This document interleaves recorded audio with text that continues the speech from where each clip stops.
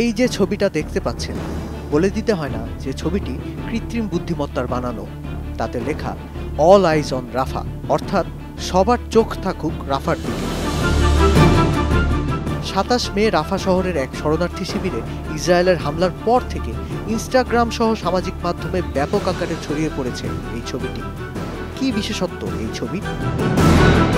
গাজার রাফা শহরের এক শরণার্থী শিবিরের দৃশ্য আকাশ থেকে দেখানো হয়েছে এই ছবিতে। তাতে দেখা যাচ্ছে অনেকগুলো তাঁবু এমনভাবে সারিতে সাজানো যাতে ফুটে উঠেছে অল আইজ অন রাফা লেখাটি। গাজা দুর্দশার অনেক বাস্তব ছবি থেকেও বেশি প্রচার পেয়েছে এই ছবিটি। বাস্তবে রাফার চিত্র মোটেই এরকম নয়। সেখানে আকাশ অন্ধকার হয়ে আছে ইসরায়েলি বোমার ধোঁয়ায়। গাদাগাদি করে দাঁড় করানো অসংখ্য তাঁবুতে দিনাতিপাত করছিল যেসব মানুষ, তাদের ক্ষণিকের আশ্রয়েও পুড়ে হয়েছে অঙ্গার, সঙ্গে নিয়ে গেছে অনেক স্বজনকেও। তবু ইসরায়েলি নিষ্ঠুরতার প্রতীকী প্রতিবাদ হিসেবে সামাজিক মাধ্যমে অনেকে শেয়ার করছেন এই ছবি, আর তাতে যোগ দিয়েছেন তারকারাও। তাদের মধ্যে আছেন মার্কিন সুপার মডেল বেলা হাদিদ, অভিনেতা অ্যারন পল, ব্রিটিশ সঙ্গীত শিল্পী ডুয়া লিপা, বলিউড তারকা বরুণ ধাওয়ান, প্রিয়াঙ্কা চোপড়া, আলিয়া ভাট, কারিনা কাপুর সহ অনেকে।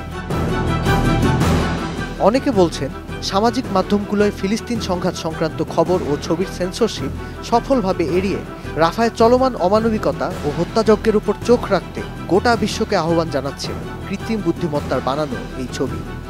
আবার অনেকে বলছেন গাজার আসল চিত্রের ভয়াবহতা হয়তো অনেকের সহ্য হবে না, তাদের জন্য তুলনামূলক সহনীয় এই ছবি। এর বিপক্ষেও আছে মত। অনেকে বলছেন ফিলিস্তিনের আসল চিত্র গোটা বিশ্বকে চোখে আঙুল দিয়ে দেখানোর যে প্রচেষ্টা চলছে, সে চেষ্টাকে কিছুটা হলেও মুছে দিচ্ছে এআই নির্মিত ছবির এমন ব্যাপক প্রচার। তার বদলে বরং অর্থপূর্ণ ছবি ও তথ্য প্রচারে গুরুত্ব দিতে বলছেন তারা। মধ্যপ্রাচ্য পরিস্থিতির সর্বশেষ তথ্য জানতে ভিজিট করুন prothomalo.com/video। ফলো করুন প্রথম আলোর ফেসবুক পেজ ও ইউটিউব চ্যানেল। থাকুন ভালোর সাথে, আলোর পথে।